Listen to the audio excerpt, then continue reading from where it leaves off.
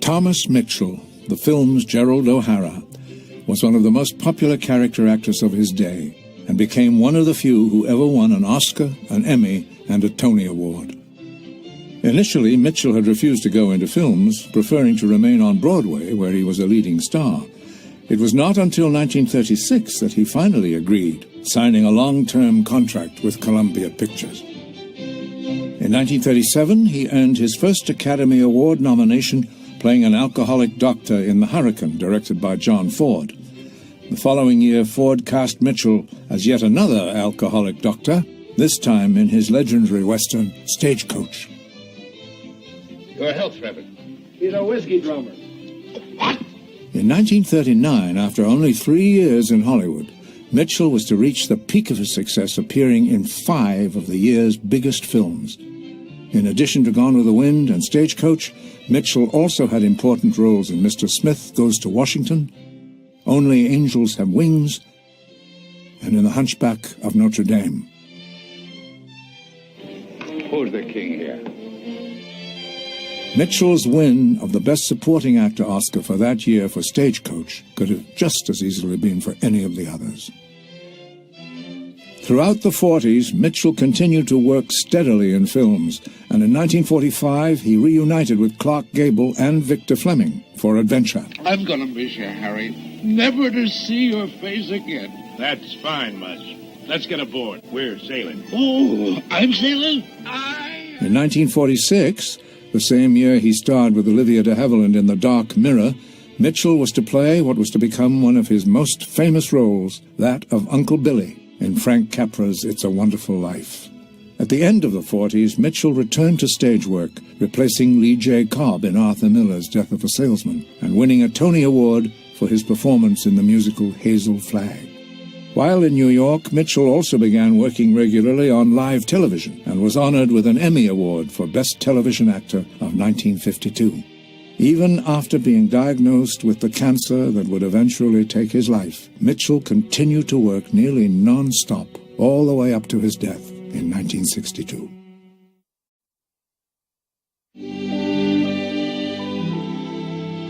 Scarlett O'Hara's mother, Ellen, was played by the beautiful Barbara O'Neill, who was but a mere 4 years older than her screen daughter, Vivian Leigh. A successful stage actress before coming to Hollywood in 1937, Barbara scored her finest post-Gone with the Wind role in 1940's All This and Heaven Too. And I'll tell you something more. No letter will I ever write, except one that will prevent her doing to another woman what she's done to me. No matter where she goes, if she goes to the ends of the earth, my hatred will follow her. Teo. Teo! No! No, Teo! Teo, have mercy! Have mercy! Teo! Teo! Her performance earning her an Academy Award nomination as Best Supporting Actress. In spite of her success in films, however, Barbara chose to return to the stage, where she would remain a popular player for the rest of her career. She passed away at the age of 70 on September the 3rd, 1980.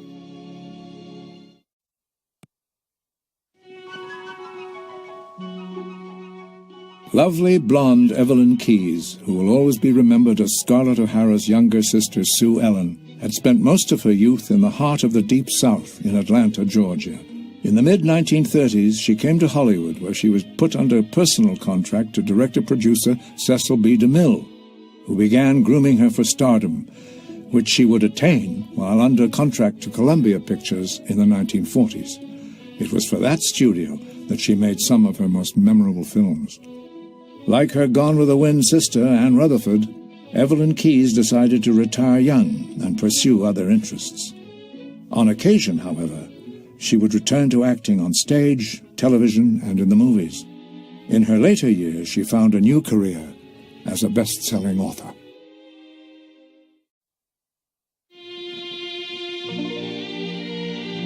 Although Gone with the Wind would be her most famous film, most audiences remember Anne Rutherford as girl next door Polly Benedict in the popular Andy Hardy series for MGM in the 1930s and 40s. Andy. The Canadian-born Rutherford began her career on the radio in Los Angeles before moving into pictures in 1935. The first time she became Polly Benedict was in 1938's You're Only Young Once. 11 other Andy Hardy films followed, including Love Finds Andy Hardy Gets Spring Fever, and Life Begins for Andy Hardy.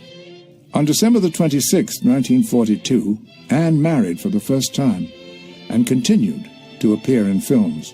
One particular performance was in The Secret Life of Walter Mitty with Danny Kaye in 1947. In 1953, after divorcing her first husband, Anne married producer William Dozier, and with this marriage, she settled into a happy retirement.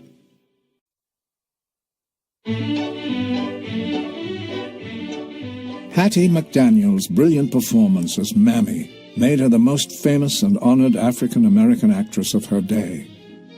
But it also put her in the very center of the controversy over racial stereotypes in the movies. Hattie's big break in motion pictures came in 1934 when she was cast in an important role in Judge Priest. The film, directed by John Ford, was a major success, and Hattie was highly praised for her performance. Hattie's success in Judge Priest led to more roles and more money, but she soon found herself being criticized for playing roles that were considered demeaning to the growing civil rights movement. She grew tired of the attacks and responded angrily, "When you asked me not to play the parts, what have you got to offer in return?" The attacks, however, would only grow louder in the following years. In 1935, George Stevens cast her as the highly independent maid in Alice Adams opposite Katharine Hepburn. Dennis, Other such roles followed, and her back-talking, sometimes bossy servant became something of a Hattie trademark. Although this type of role was a step in the right direction, it surprisingly brought criticism from some white audiences who found Hattie too sassy for their tastes.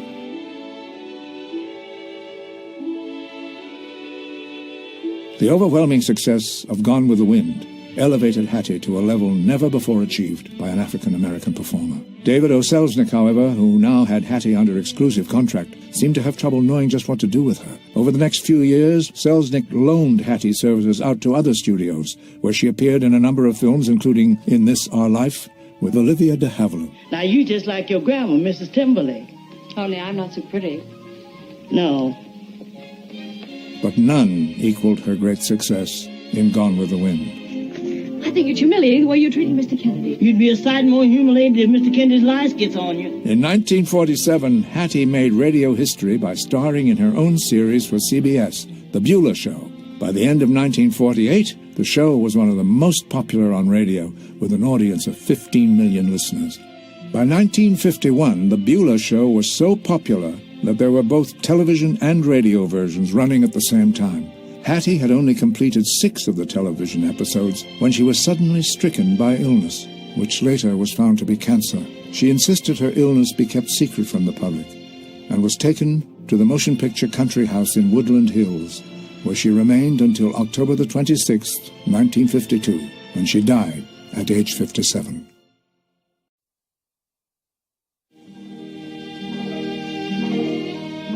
Oscar Polk, who played the loyal servant Pork in Gone with the Wind, was born not in the South, but in the Southwest, in Marianna, Arizona, around 1900. Polk had a 20-year career as a performer, working with equal grace on stage and screen. One of his most notable roles was the Angel Gabriel in both the stage and film versions of The Green Pastures.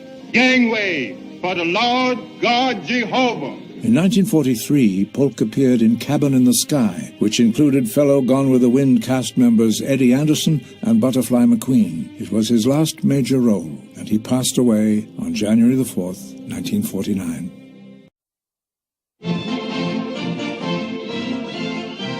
Representing the complete opposite of Hattie McDaniel's strong-willed Mammy was the shrill-voiced and timid Prissy, played with equal brilliance by actress Butterfly McQueen.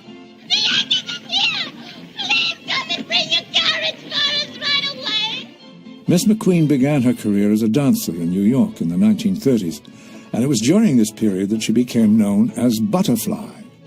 Having always hated her birth name of Thelma, she adopted her new name after dancing in the Butterfly Ballet sequence of a 1935 production of A Midsummer Night's Dream. She had come to the attention of producer David O. Selznick after he had seen her in George Abbott's hit comedy What a Life. After her scene-stealing performance in Gone with the Wind, Butterfly worked in a number of other films, including The Women in 1939, the all-black musical extravaganza Cabin in the Sky, and Mildred Pierce. I don't know how you keep it up, Mrs. Pierce, but you go down to that restaurant and work. Keeps me thin. Beg pardon? Don't do nothing for me. Her finest performance, after Gone with the Wind, was in another David O. Selznick production, Duel in the Sun, in 1946, where she played the mysterious Vashti. The well-intentioned battle against racial stereotypes in the movies put many talented performers out of work. Butterfly McQueen was one of those who found it nearly impossible to find work in movies or television for fear that her mere appearance might bring charges of racism. She lived long enough to see her career revived in her later years. Her last film performance was opposite Harrison Ford and Helen Mirren in Peter Weir's 1986 motion picture, The Mosquito Coast. Butterfly McQueen died at the age of 84 in 1995.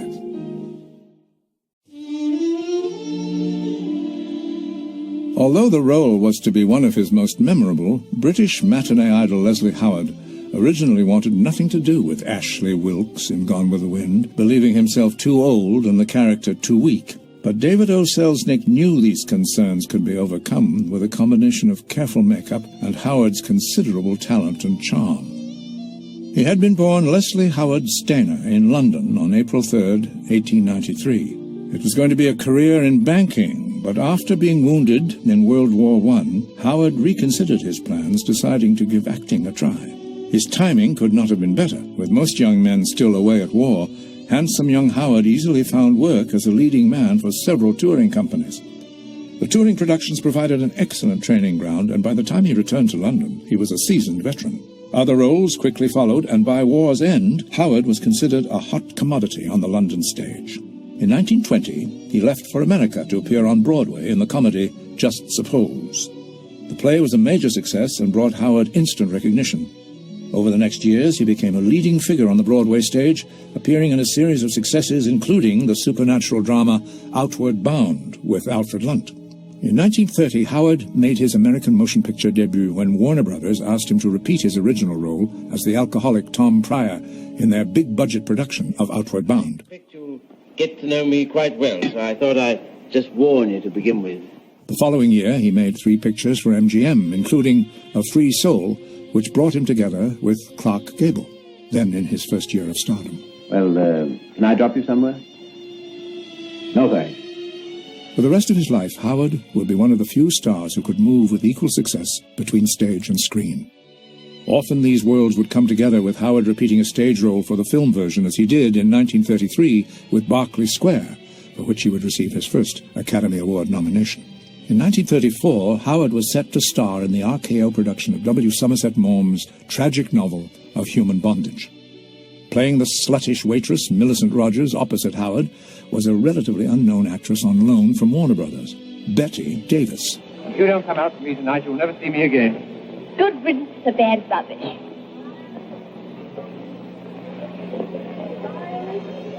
Upon its release, the hugely successful film made a star out of Davis and added to Howard's already impressive popularity. Davis and Howard were to work again when Warner Brothers produced a film version of Robert Sherwood's gripping drama, The Petrified Forest.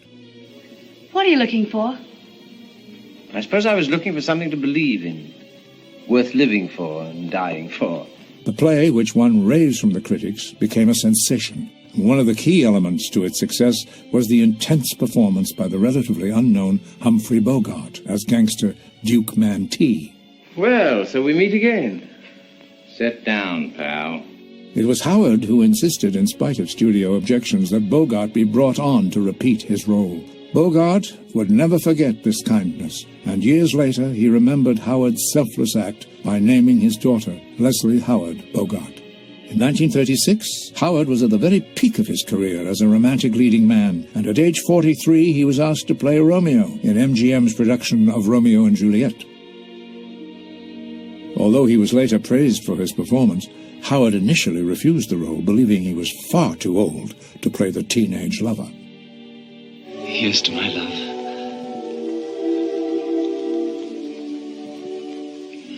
The following year, Howard spoofed his Romeo in the hit comedy It's Love I'm After, opposite Bette Davis and Olivia de Havilland.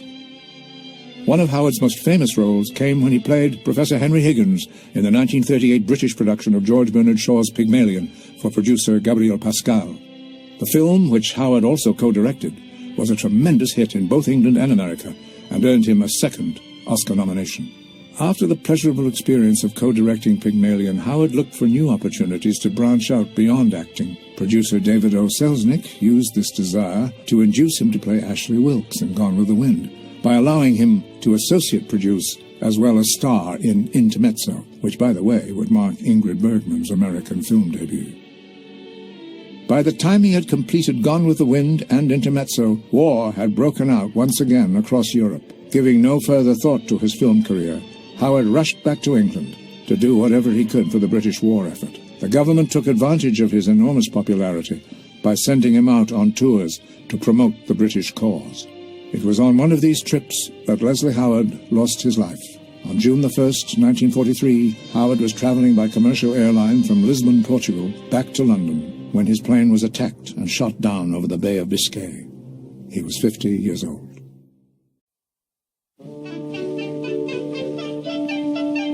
Born on September the 21st, 1918, as Arlington Rand Brooks, Jr., and raised in Beverly Hills, Rand originally studied to become a teacher before realizing he could possibly make a lot more money as an actor. In 1938, he landed his first film role in Love Finds Andy Hardy. As a gesture of our appreciation, I suggest Miss Betsy Booth be invited to lead the Grand March. The following year, he performed in his most memorable part, that of Scarlett O'Hara's first doomed husband, Charles Hamilton, in Gone with the Wind. And although he was to appear in many more productions through the 40s, he was typecast in similarly styled weak characters, something that did not please the actor. Brooks eventually retired from acting and found new success as the owner of what grew to become the largest private paramedic firm in Los Angeles County. He passed away at the age of 84 on September the 1st, 2003.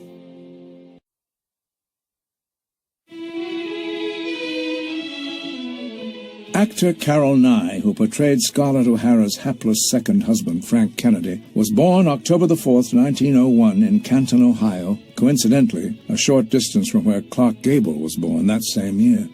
Entering pictures in 1925, Nye's career got off to a fast start with a splashy role as Corinne Griffith's brother in Classified. 3 years later, he was signed to a contract by MGM, where he made several important films, including While the City Sleeps with Lon Chaney and Madam X with Ruth Chatterton. In spite of its promising beginnings, Nye's film career never quite took off, and by the mid-1930s, he left pictures altogether, turning to radio, where he became popular as an announcer.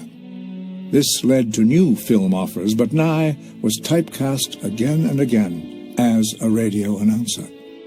When Nye landed his role in Gone with the Wind, he had high hopes for a career revival, but his hopes were soon dashed after only a few small roles came his way. His last film was Wilson in 1944, where he played, yet again, another radio announcer. After Wilson, Nye decided to stick with radio full-time, becoming the radio editor of the Los Angeles Times. Nye changed careers, working as a public relations man and as an executive at ABC TV, before finally retiring. He passed away on March the 17th, 1974, at the age of 73.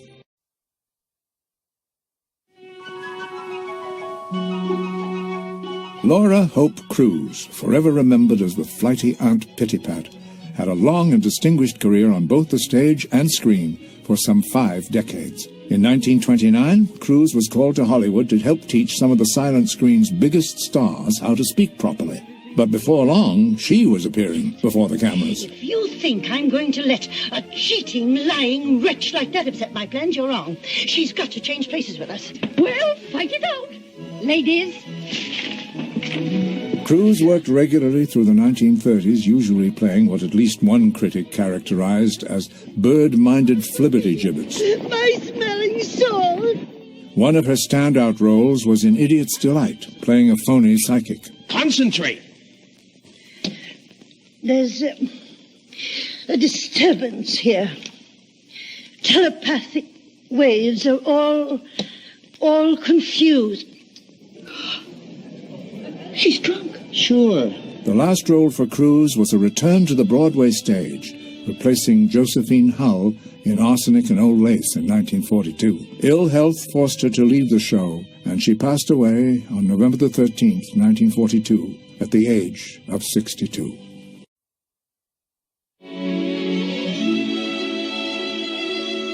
Although audiences might not have recognized the bearded face, they surely recognized the gravelly voice of Eddie Anderson, who played the comical Uncle Peter in Gone with the Wind. Now you just stand still so you can be Christmas gift for the white folks.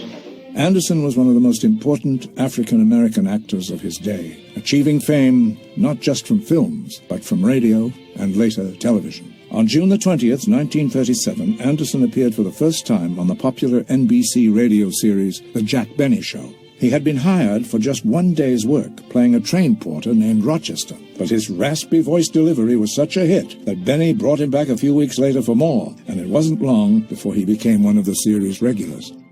In between engagements with The Benny Show, Anderson continued to make film appearances and was a star of MGM's musical extravaganza Cabin in the Sky in 1943. Life's full of consequence, that old devil consequence. After making several more films, Anderson decided to devote all of his professional time to The Jack Benny Show on radio and television. By the 1960s, after more than 40 years in show business, Anderson retired. In 1979, 2 years after his death, the city of Los Angeles honored the actor by renaming the street in front of his longtime residence, Rochester Circle.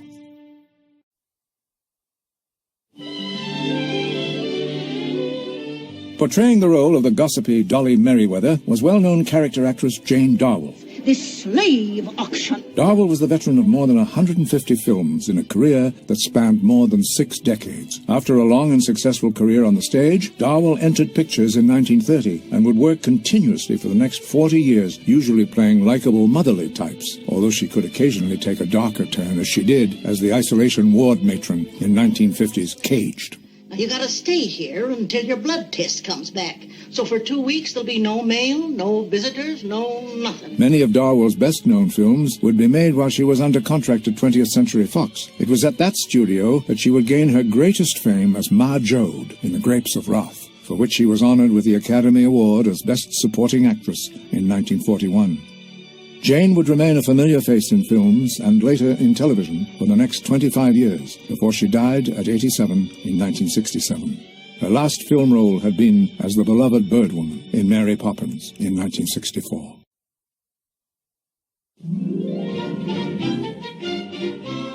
One of the grand old men of stage and screen, Harry Davenport, who played the film's Dr. Meade, had a career that spanned more than 75 years. Born in New York City on January the 19th, 1866, Davenport was the son of distinguished actor E.L. Davenport. Harry made his theatrical debut at the tender age of 5, and for the next 50 years he would become one of Broadway's busiest actors. In 1929, he switched to motion pictures, where over the next 20 years he would make more than 100 films. Some of his more notable roles included Louis XI in The Hunchback of Notre Dame, Colonel Skeffington in King's Row. Looks like you jumped to the wrong conclusion, Drake. All I wanted to see Paris for was to tell him about this letter that Dr. Tower wrote. He left his property, everything he owned, to Paris. Pierre in All This and Heaven Too. Humor's a wonderful thing, and we shouldn't waste any of it that comes our way. And Grandpa in Meet Me in St. Louis. St. Louis, Louis, meet me in the fair, la la la la. Harry's last role came in 1949 as the judge in the Rosalind Russell film Tell It to the Judge. On August the 9th of that same year, only an hour after discussing an upcoming role with his agent, Harry Davenport died of a sudden heart attack. He was 83.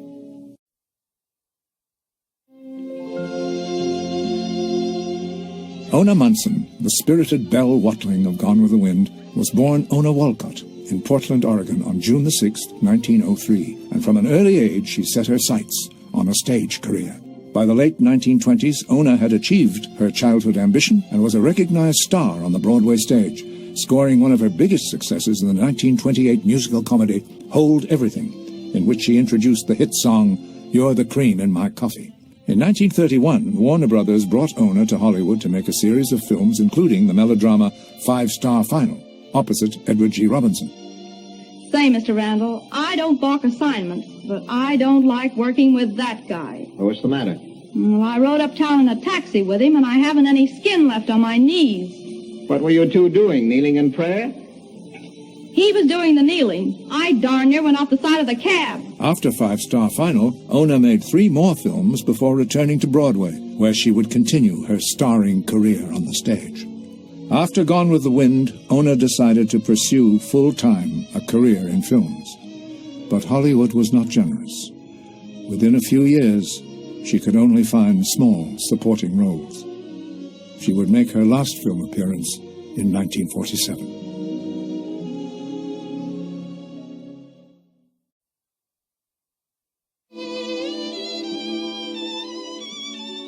Cammie King, the beloved but tragic Bonnie Blue butler, was born Eleanor Camac King in 1934. It is said that she landed her role in the film when her sister, who was brought in for the part and thought too old, suggested they try her instead. Cammie was tested and signed almost immediately.